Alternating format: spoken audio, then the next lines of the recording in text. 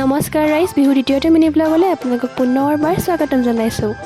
আজি হ'ল ভোগালী বিহু আৰু পৰম্পৰাগত অনুসৰি আজি পুৱাতে সকলোৱে আহি মেজি জুইত অগ্নি দেৱতাৰ আশীৰ্বাদ বিচাৰে আৰু ময়ো আহিলোঁ আশীৰ্বাদ বিচাৰি। ঘৰ আহি থাপনাত চাকি গছ দি ভোগালীৰ জলপানৰ আয়োজন কৰিলোঁ।